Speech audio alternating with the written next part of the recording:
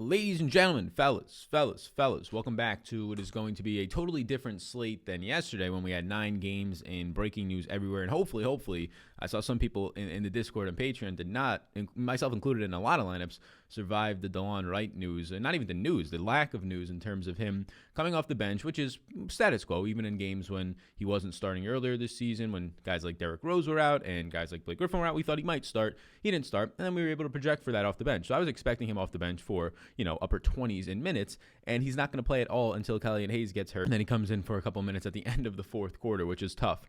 It's rough. It's going to happen. That makes it the joy and the pain of NBA DFS is, sometimes you get all the news, and sometimes you get all the news within 1 minute of lock and you have to rush, and then sometimes you don't get the news. I remember 2 years ago there was a slate where DeMar DeRozan was very popular, and about 5 minutes after the game locked, it got ruled that he was going to be out for the game. So that's just a wild west of the NBA. Now, luckily, we had some at least alternatives that happened because I was going to be having, 40% of DeLon Wright. But luckily, guys like Peyton Pritchard opened up for Boston. Some other value opened up in terms of what was happening with the Knicks once they got ruled out some players and were starting Damian Dotson, but still had a good amount of Mr. DeLon Wright. So hopefully you survive that one. But a different type of slate today. There's still a lot of news and some major news potentially. LeBron James, Kevin Durant, some news there. It's going to open up value on this slate that really isn't too much built in for it yet, especially with the Kevin Durant news. So only a 5-game slate today. As always, if you're here right now, please do hit the like and the subscribe before we get to, smack you around with some information.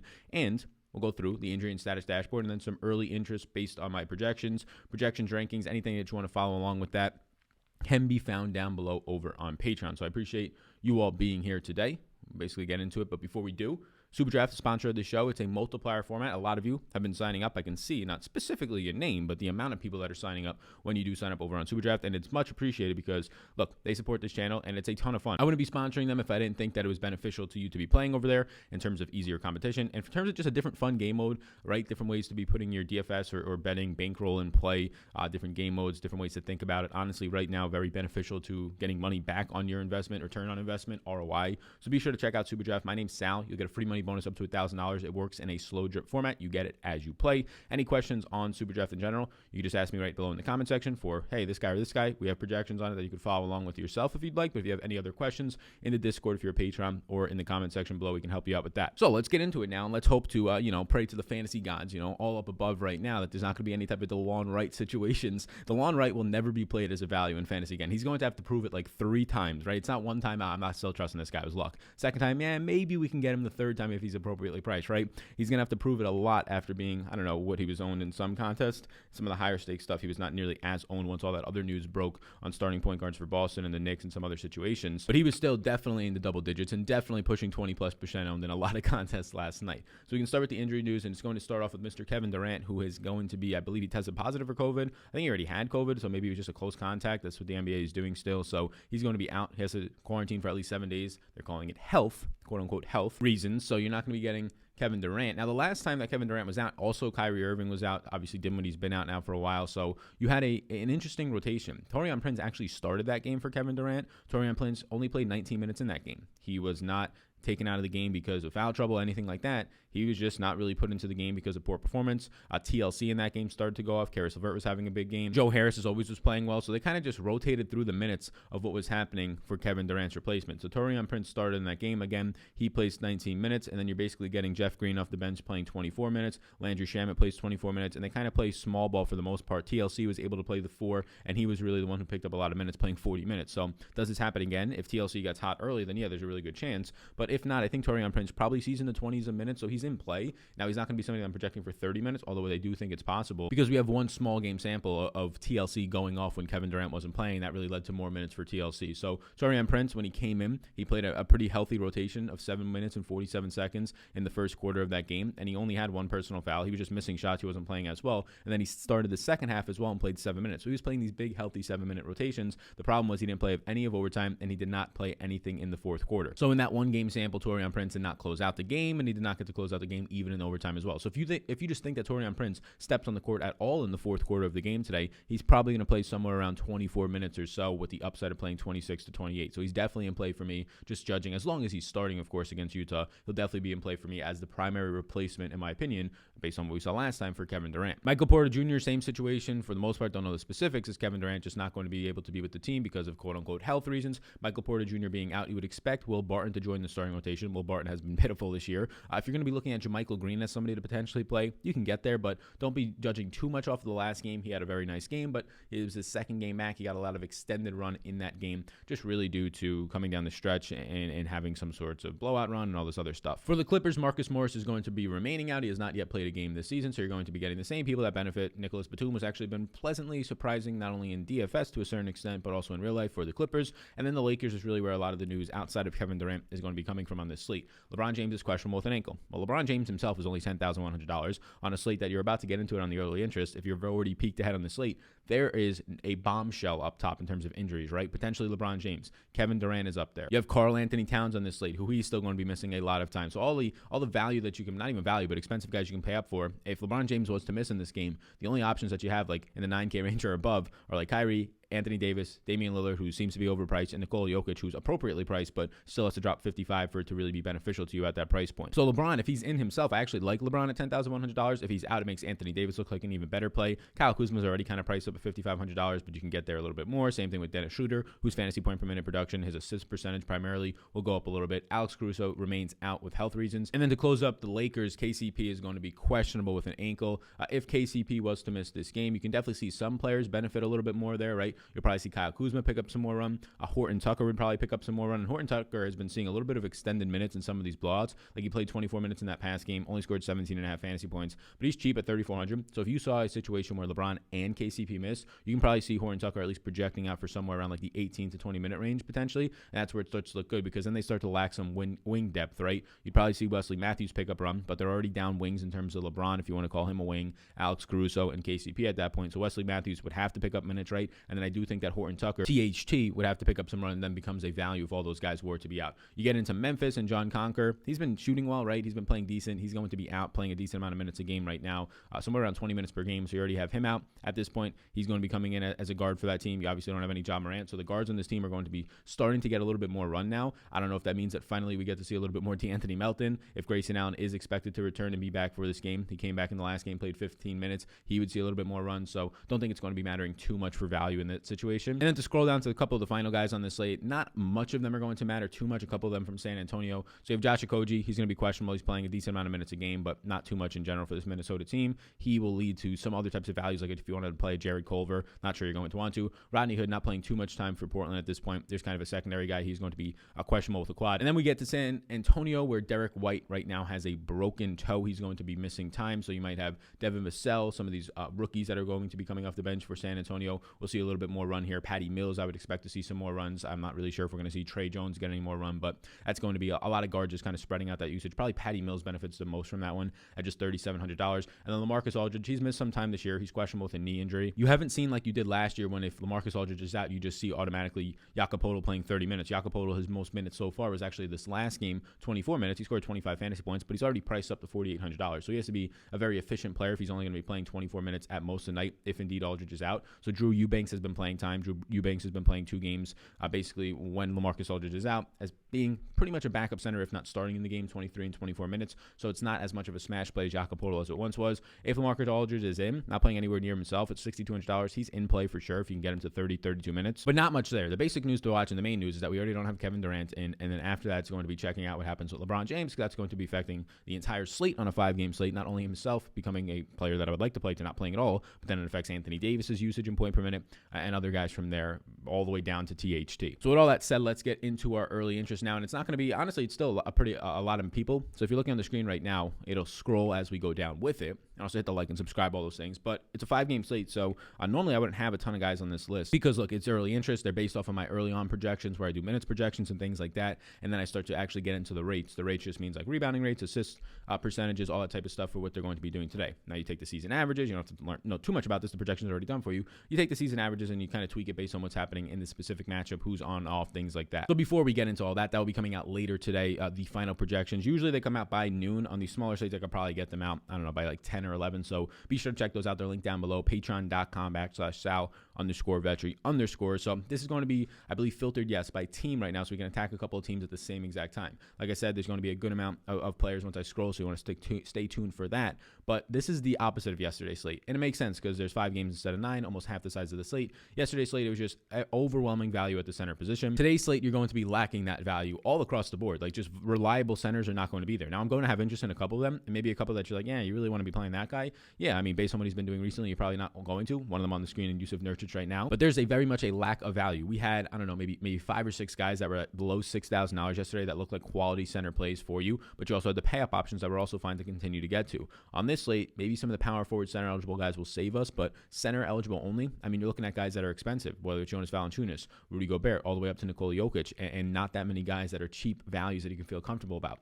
Maybe somebody on these backup centers gets in there for 24 minutes. Maybe it's a Jakob Poeltl tonight. He's $4,800. We'll have to see what happens with LaMarcus Aldridge's just health status at this point. But we could start out up top with a center on the slate who's just appropriately priced at $7,700 for the minutes that he's getting for his point per minute production so far this year, really exceeding what he was doing last year. It will come down as Donovan Mitchell continues to play better, like Donovan Mitchell's last game. But 1.29 fantasy points per minute for Rudy Gobert, who's averaging about 30 minutes per game. The 28.5-year-old big man, 7'1", this monster who lives in the paint, great defensive player. He's looking like a decent option. So far this year, what you're getting out of him is a PSA of 129.9. That's a 72nd percentile. You're getting a usage rate of about 17% as well. And you know what the upside is in his game. He's getting a great effective field goal rate because he's a center shooting close to the basket. He has a 64.8% effective field goal rate, and 86% of his shot attempts are coming out the basket. That's actually the lowest that he's seen in 3 years, believe it or not. 91% of his shots last year were at the basket. 89% in the 2018 season were at the basket. So this is only going to continue to go up for him. The minutes that he's playing, you would actually expect to maybe see a little bit more here. Just 180 minutes on the season, but he's averaging 1.3 fantasy points per minute, and it's a 34.2%, one of the highest in the NBA defensive rebound rates. His multiplier in Superdraft is appealing, a presenting sponsor of the show at 1.4x. I do like him. He's not somebody that I prioritize though, right? It's like if you have $8,000 left and you need a utility player or center, he's just kind of that last guy that gets in, and I feel really comfortable about it because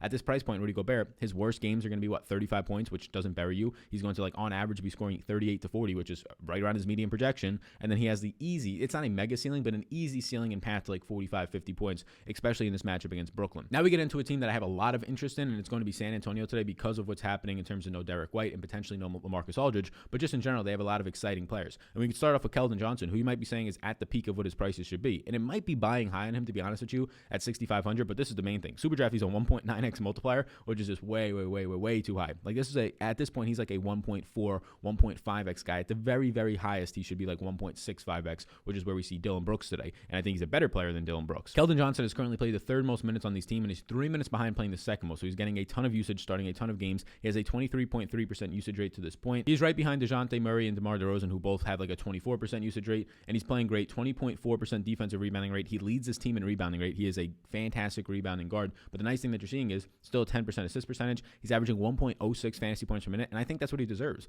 I think he's a fantasy point per minute producer. Now, maybe he's not a 1.1 guy, but right around 1.05, and it just comes down to the minutes for him. And if he's going to be playing these minutes upwards of 30 per game, it's going to look well. So yeah, 6,500 is like kind of buying high on him. I do think he's probably going to be a $7,000 player at some point, so I think there's a little bit more value there. The main reason I put him on here is because of the Superdraft multiplier, but if indeed there's no Aldridge, that's going to only help his rebounding rate a little bit more. And I can kind of say a bunch of other guys that I do like on this team. There's an upside on a 5-game slate if Jakob Poeltl starts that he sees 24, 25 minutes again, and that's enough at $4,800. It's not enough for me to put him on here yet. DeMar DeRozan, I like either way if Aldridge is in or out. Aldridge has not been all that great this season, averaging just 0.96 fantasy points per minute, but if Aldridge was off the court, you get DeMar DeRozan, who leads his team in minutes with 170 minutes and a 1.35 fantasy point per minute production. Like, Aldridge being off the court, it's not the same as last year when Aldridge was a 1.1, 1.12 fantasy point per minute producer, but when Aldridge is off the court this year, DeMar DeRozan has 120 minutes with him off the court because he's missed games and also been staggered. His fantasy point per minute production really doesn't change. You have DeJounte Murray averaging 1.22 fantasy points per minute with no Aldridge off the court, but the big thing is Keldon Johnson.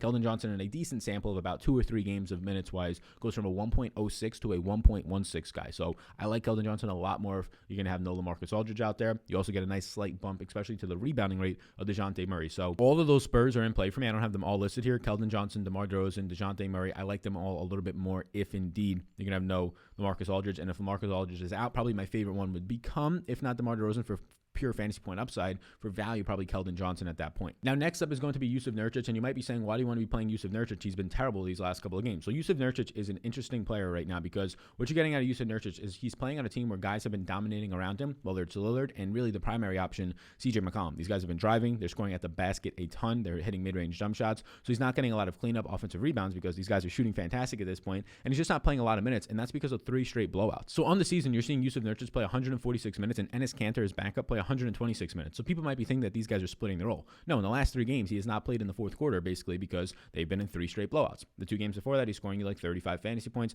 and now his price point has continued to plummet downwards to the point where he's almost in the 5K range as a very good center. So if Jusuf Nurkic is about to touch the 5K range at $6,200, and I don't suspect a blowout in a game against Chicago, who is borderline one of the bottom 3 teams in the league, and now they're without most of their team because of COVID. Tomas Satoransky, right? You're going to have no Ryan Arcidiacono. He's not going to matter much. Laurie, right? Marketing a starter for them. So as long as the game stays close, you're going to be getting probably the Jusuf Nurkic that's going to be playing like he did 35 minutes and 26 minutes in the 2 games that stayed close this season that he's played in. All the other games have been blowouts, but those 2 games that stayed close, he scored 37 and 33 fantasy points. And now it's to the point where he's only 6,400. If he scores your 33 fantasy points, it's a fine performance for you. I highly doubt that this game is going to be one that blows out in one side of the major way compared to all the other ones that he's been playing against teams like Golden State that have a lot more star power. Obviously, the Clippers and Lakers, they fell victim to getting into blowouts with the Utah Jazz to start the season. So they've had a very rough schedule to start the year off. Now it's a easiest matchup that they've had all season long against Chicago, especially how they match up with them. Jusuf Nurkic playing 30 minutes tonight is definitely not out of the window. And I think a lot of people are going to see his recent minutes of 23, 18, and 23 and say, damn, he's splitting time with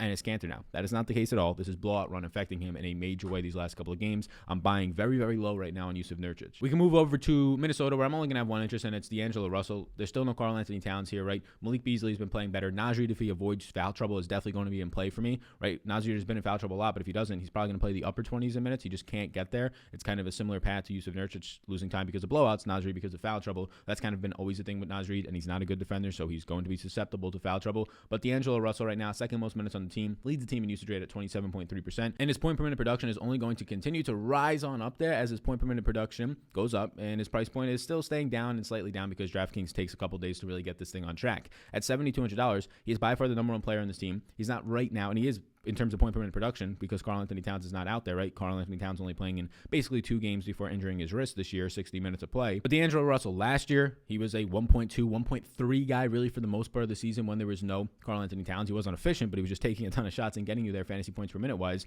And now he's seeing this 27% usage rate. I expect that to go up to the 30s as long as Karl-Anthony Towns is out. And this 1.06 fantasy points per minute is only going to continue to get higher. Leads the team in assist percentage at 28%. The more efficient that he slowly starts to become, the better for you. So at $7,200, I still think he's too cheap. He's probably a $7,800, $8,000 player over the long haul if Karl-Anthony Towns is to be out. So we're still getting a cheap price point and one that we should be buying on Mr. D'Angelo Russell. I'll slide up now so you can see some of the other names on the slate as we get into the Memphis players at this point. So no John Morant, no John Conker, who's actually been playing a decent amount of minutes for them. And John Conker, dating back to last year when he actually got some time with the team, he's been good. So far, with 100 minutes of play this year, he's averaging a fantasy point per minute, right? He's shooting 55.8% from a true shooting perspective and has a 20% defensive rebounding rate as a guard. So he's been very good. So him being out today is actually going to matter. So we don't have that much of a sample to really take him off the court and also take guys like, if we were to take him off the court and we were to take John Morant off the court, you're not going to have any of a sample left. You're going to be looking at guys like 60 minutes of play, 2 or 3 games worth of minutes. But you're seeing Kyle Anderson right now. He's in play. I don't have him on here. He's priced up to a point at 6,500 where he has to have these 35-point games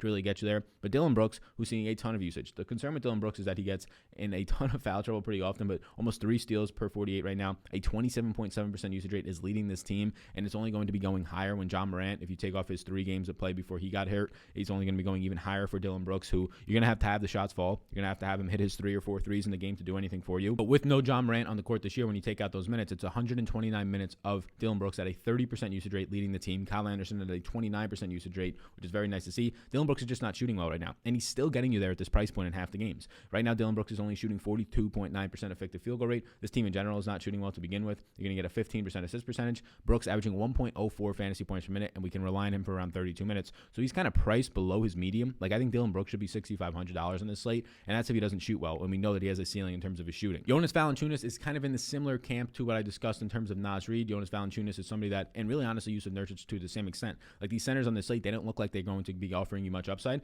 but Jusuf Nurkic, based on what we discussed about him, great GPP play, and so is Jonas Valanciunas. Like, Jonas Valanciunas at this point, he's going to average probably close to 1.4 fantasy points per minute without John Morant this season over the long haul, and he's only averaging 1.14 right now. That is definitely going to be going up. He has a 29% rebounding rate this year. He's just not playing in enough minutes to really hit you to these ceilings, and the reason why he's not playing a ton of minutes since John Morant went out is partially blowouts, right? In these past couple of games, they've been getting blown out by 15 points or 20 points against Boston. Really, the last 3 games have been 15 or more point blowouts, so that's part of it, and then also foul trouble. 5 fouls, 3 fouls in the last couple of games. He's losing a couple minutes in the first quarter in the Charlotte game on the first, and then on the third against the Lakers, he lost a good amount of minutes having 5 fouls in that game. He only played 26 minutes in each of those. If there's not a blowout and he's actually going to be getting his normal run, not due to foul trouble, there's been 1 one game this year that he's played in when that has happened, when they have not blown out or has he not gotten into foul trouble. And even in that game, he got into some partial foul trouble, and he still ended up playing 39 minutes. And then in the one game where it did not blow out, he got in 5 fouls and he played 29 minutes, 30 minutes, right? So he started the season 30 minutes, 29, 39, and then all of a sudden he's not playing more than 25, right? 24, 25, 25 minutes in the next 3 games.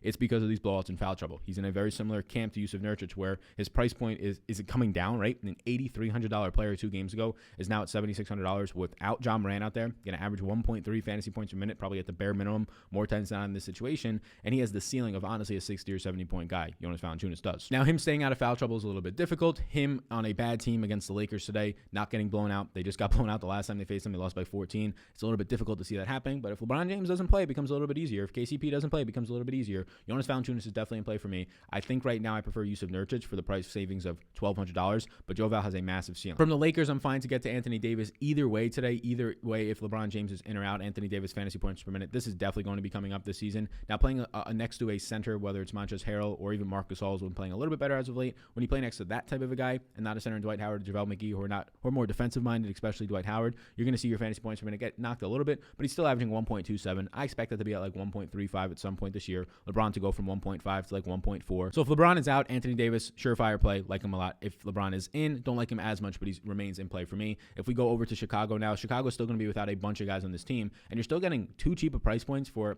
a guy in Zach LaVine who's already been really good enough to be more than $8,000 as we scroll up here to some of the final players on the slate. He's averaging 1.22 fantasy points per minute, and now you're taking off a ton of guys. You're taking off the 105 minutes of Lauri Markkanen this year, right? You're taking off 67 minutes of Tomas Satoransky. Chandler Hudson's played about 50 minutes, and these are all guys who are productive players. Tomas Satoransky, 0.92 fantasy points per minute. Lauri Markkanen, 1.13 fantasy points per minute. You take these guys off the court, you're going to be left with a very small sample of like 100 minutes, but let's do it. Let's take off Lauri Markkanen. Let's take off Tomas Satoransky just to see what happens to some of the rates and the usage really, and how much usage you're going to be seeing for Zach LaVine and also Kobe White, the starting guards on this team that I'm going to be interested in today. You get Zach LaVine averaging 1.24 fantasy points per minute, and you get Kobe White averaging 0.91 fantasy points per minute. So these next 4 guys you can see I all like from Chicago because you're still getting some value out of here. Wendell Carter Jr. is the definition of a guy. He's like Mitchell Robinson who's going to be in foul trouble. Wendell Carter Jr. has not been playing his normal minutes as of late, similar to Jonas Valanciunas, but all because of foul trouble, not really blowout run, somewhat blowout run, but because his team just stinks, but mainly foul trouble. When Wendell Carter Jr. is out there, he's averaging close to 1.1 fantasy points per minute so far this season with these guys off the court. He's averaging a 28% defensive rebounding rate and a 20% usage percentage. He's been fantastic. He's just only playing 24 and 25 minutes and not 30 to 31 because of his foul trouble. All these centers, there's some value. He's probably the cheapest value that I really like at the center position at $5,700, but they all have question marks, whether it's blowout risk, Jusuf Nurkic on the opposite side of this game, or the foul trouble of Jonas Valanciunas and Wendell Carter. There's all risks, and I'm sure all those landmines are not going to be avoided on this slate, but I'm going to be playing all these guys because we just have to on the slate with the lack of value. Wendell Carter's cheap price point makes him very appealing, especially with all these other guys out around him. Kobe White has been playing well, been playing better as of late, just a 47% effective field goal rate. That's going up, but the true shooting at 53% is nice to see. You're still seeing a high assist percentage. You're seeing this triple-double upside if he plays the big minutes, right? A 14% defensive rebounding rate, over a 22% assist percentage, and a 21% usage rate so far this season is fantastic. But what it comes down to Kobe White is, as always, if he's shooting his 8 3-pointers, is he making 2 of them and not getting you there, or is he making you 4 of them and those extra 7 points are getting you from Kobe White at $6,700, only scoring 30 points to him scoring 37 points and getting you there, right? That's basically what it comes down to for guys like Kobe White. So I'm not as interested in Kobe White as I am Wendell Carter and as I am Zach LaVine. Zach LaVine this season has been fantastic, and with all these guys off the court in about 132 minutes of play or so, you're looking at 4 or 5 games, a decent sample, a 31.5% usage rate, a 15.6% defensive rebounding rate, and a 59% true shooting percentage, the second most minutes on the team behind Kobe White to this point. Zach LaVine is somebody who has a massive ceiling, and the more usage that he gets, he can become definitely ineffective with it, but he's definitely somebody that can also take that usage and just absolutely go for a 60-point game and 45 real-life points. I'm going to pull up on Cleaning the Glass where Zach LaVine is shooting from this season. So what you're getting from him right now, just a 52.8% effective field goal rate. It's basically on par. He was at 53% last year, 52.4% the year before that. Basically on par with where he's been. He's shooting at the rim only 28% of the time. So this is kind of interesting. We have to watch if this kind of changes throughout the rest of the season. This is the lowest in his career that he's been shooting at the rim since he came into the league at 2014 and 2015 season. He was just 19 years old at that point, and he was still balling out. So at the rim, just 28%, by far his lowest. He's been in the mid-40s the last couple of seasons and the 40s in general the last 3 seasons. So now where is it going to? He's taking all mid shots, just mid-range in general, so a little bit more short mid-range shots, 21%. That's by far the highest he's ever taken. The next highest has been 12% in his career. So he's, instead of finishing at the rim, he's pulling up a little bit more for like these 5 to 8 foot jumpers instead of finishing at the basket. That's not terrible, but we would like to just see him go to the rim because it's much higher percentage of a chance. The 3-point percentage is basically the same, 37% last year, 38% this year. That's not how much he's making. That's how frequently he's taking those shots. The reason I'm looking at this is because I want to get an idea of how much we can trust an $8,000 player with all this usage. Where is that usage going? Is he just holding the ball, getting some assists, not really having the guys cash in on the assists because he plays on a bad team? Is he driving? The drive rate seems to be down since he's only at 28%. So that is a concern. But seeing that it's not the long mid-range shots or the mid-range jumpers in general, it's these short mid-range shots, he's taking like an extra 2 feet on his shots. Again, we'd like to see the drives, but it's nothing of too much staggering concern as we break down into that. Makes me feel a little bit more comfortable for what will likely be a pretty nice projection on Zach LaVine today. And then we could finish up the slate by talking about the Brooklyn guys, because we got to talk about the Brooklyn guys without any Kevin Durant so far this season. And the one that's going to stand out the most and the one that's going to stand out is probably the top play in the slate at $9,300, especially if you're going to be seeing LeBron James in, because that kind of limits what you can get out of Anthony Davis. If LeBron's out, yeah, the guys that are priced right next to each other, Anthony Davis and Kyrie Irving, makes a very smart way to start a lineup when two of the best players in the league and the top two guys a couple of years ago in the league, and you can debate if they still are, and Kevin Durant and LeBron James are going to be out on the slate potentially. So if we're looking right now, I'll actually take Kevin Durant off the court so we can see what happens. Kevin Durant has played a lot of minutes, the second most on this team. So if I take his 204 minutes off the court, you're probably not going to have any sample, so we might have to leave it on there. Let's see what happens here. But without Kevin Durant, like we said, Taurean Prince, I expect to start. As long as he plays the fourth quarter in this game and doesn't get pulled, I don't think he's going to close games, but as long as he just starts the fourth quarter and gets like 4 or 5 minutes of play, he'll probably play around 24 minutes in this game, I suspect. Without Kevin Durant on the court this season, it's way too small of a sample because you get the game where Kyrie Irving didn't play with Kevin Durant, and that's where Caris LeVert went off for 60 fantasy points. So him averaging 1.49 fantasy points per minute is not the best sample to be looking at. So let's just keep Kevin Durant on when we talk about this Brooklyn team in this game. Kyrie Irving becomes a no-brainer, right? $9,300. This is already a guy who's been playing, seeing a 29% usage rate, averaging 1.4 fantasy points per minute this season, and now you're going to get Kevin Durant off the court. So even if the fantasy points per minute doesn't go up because he has been playing extremely well, extremely efficient to this point, even if it still is 1.4, just the fact now that you're going to be getting that as a more solid number at $9,300, basically, in my opinion, Kyrie Irving should probably be priced closer to a $10,000 player on the slate. So Kyrie's definitely in play. You still have no Spencer Dinwiddie, the partially torn ACL, right? So Caris LeVert will be seeing some usage. I don't think he's going to average a season average of 1.18 because Kyrie Irving is still out there. But instead of averaging 1 fantasy point per minute or a little bit less than that when Kevin Durant's on the court as well, like let's put Kevin Durant on the court. Like on NBA Wowie right now, I'll put Kevin Durant on the court and I'll show you what happens to Caris LeVert. When this is terrible. When Kevin Durant is on the court, Caris LeVert becomes a 0.74 fantasy point per minute producer. You want to know what that's a comparison to? Basically like any bad wing player. So you take Caris LeVert, who's fantastic when he's not around these two studs in Kyrie and Kevin Durant, and you put him next to them, and he basically just looks like another dude in the NBA that's like a league average or below league average player. So with Kevin Durant on the court this season, yeah, you get a league average guy that just doesn't even look like that great of a basketball player in Caris LeVert. So now with Kevin Durant off, I suspect Caris LeVert averages closer to a fantasy point per minute, probably closer to 1.05 because he'll be staggered, and when he's not on the court for times without Kyrie Irving, that's when he can really go off for some big performances, average that 1.3 fantasy points per minute for like 10 of his 30 minutes, whatever it might be. So LeVert at $6,600, I think he's appropriately priced, right? I think that he's fine to get to because of the ceiling that you have on him. Taurean Prince, we already kind of discussed why I like him. And I'll put TLC on here as well. If you want to play Joe Harris, Sal, where's Joe Harris? This is not all of my interest, right? I'm going to have like 40, 50 guys in a player pool that I'll be getting some exposure to, and then I'll really try and button that down to like 15 yeses that I try and pick my single entry and 3-max barring ownership lineups from. You can see all that stuff linked down below on Patreon if you want to get the access to just interests, values, projections, all that stuff, super draft projections as well, which are going to be very valuable over there to help you. Somebody last night won $1,000 on the NBA slate. The night before that, somebody won $1,000 to close out the NFL regular season. So a lot of people benefiting over there. So be sure to check that out, link down below. But TLC, just another value that I think he starts in this game. I think he probably gets to the ability to play the mid-20s in minutes. TLC this season, same exact thing with Caris LeVert. A 0.65 fantasy point per minute producer. Like that's as bad as it gets in the NBA. 0.65. To just give you somewhat of a sample here, 1 fantasy point per minute is good. If you play 30 minutes, on average, you have 1 fantasy point per minute. You score 30 fantasy points. 0.65 is terrible. Anything really below like 0.8, unless you're a really cheap value at the bare minimum, is not that great to get to, and you have to play a lot of minutes at that point. Like if you're playing 32 minutes and getting like 0.75 fantasy points per minute, maybe you paid off. At 0.65, you're never going to do anything. So with Kevin Durant on the court, he's been terrible. Makes a lot of sense because Kevin Durant's soaking up all the usage. So is Kyrie Irving. With him off the court this year, you're going to see some games when they're just not playing in general. So it's kind of spike performances for TLC. But TLC's been a 0.75 guy with Kevin Durant off the court. So TLC gets a little bit of a bump here. He'll probably see a little bit more usage. Instead of shooting 6 times a game, he might get 10 shot attempts in this game. So there's a little bit more of a ceiling. I prefer Taurean Prince as long as he's starting starting here. I'm not taking that one-game sample and just assuming Taurean Prince will never play 20-plus minutes without Kevin Durant this year. If he's starting, I would suspect more times than not he gets to 24 minutes or so. So that's where we're at right now. Again, the slate kind of lacks value overall to start off. We have value in that mid-range, right? We have value up top because some studs might be out. We already know Kevin Durant's out. Lacks value in the bottom range where you're having to rely right now on guys like Thad Young, having to rely on guys like Taurean Prince, who I don't even feel comfortable this season. Taurean Prince, just to break down into what he's doing, averaging 0.8 fantasy points per minute in just 105 minutes of play. The rebounding rate looks fine. The usage looks decent. He's just not getting all that much shot attempts. So that's where we're at on the 5-game slate. I'm sure value will open up. We'll be able to update throughout the day for the 5-game slate that starts later today for any type of projections that are going to be needing to be changed. Hopefully we get a little bit more value. Otherwise, it's not a guy at slate where we have to pay for Nikola Jokic, so we don't have to worry about that. If you want to start your lineups at Mr. Kyrie Irving, then you don't need as much value. You can rely on some 4K value and really fill out the rest of your lineups with 6 and 7K guys. So I appreciate you all for tuning in. Thank you. Hopefully you like that schmacking. You're feeling a little bit sore in your face now from all the information for you. If you're still here at this point, hit the like, hit the subscribe, all those things popping up. We'll be live at 4 p.m. East Coast time today to finish up this slate, touch on any other news that might be coming up, touch on my exposures where I'm going with it, and really just answer all of your questions, a question and answer for an hour. NBA slate, we'll be doing that. We'll be having more content for the NFL today. A betting video will be coming out on Wednesday, the Saturday slate breakdown, on Thursday, the Sunday slate breakdown, and so on and so forth for the schedule we'll talk about as the week goes on. Thank you so much for tuning in. Support Patreon, linked down below if you want the projections, rankings, all that other stuff to really dominate and smack around your competition, going to war, loaded up with as much ammunition as you got, shooting down on people from the top of these mountains, right? And they're just walking around with nothing down below. That's basically what it's like when you have projections and stuff. Much better chance at winning. And then support Superdraft if you want down below. The sponsor of the show. Fun format to play on. My name's Sal. Get you a $1,000 or up to $1,000 free money bonus in a slow drip format. See you all at 4 p.m. Have a good rest of your day if you're not going to tune in then. Peace out, gang.